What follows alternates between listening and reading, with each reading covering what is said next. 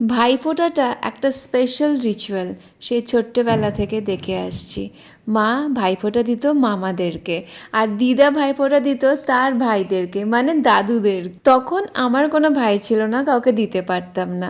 বাবা যদি নিয়ে যেত তাহলে পিসির বাড়িতে গিয়ে দাদাকে ভাইফোঁটা দিতাম। সবসময় হয়ে উঠতো না সেটা। এই ভাই আমার থেকে অনেক ছোট, আমার মামার ছেলে, ওকে ভাইফোঁটা দেওয়ার সুযোগ হয়েছে। তারপরে আমার মাসির ছেলে।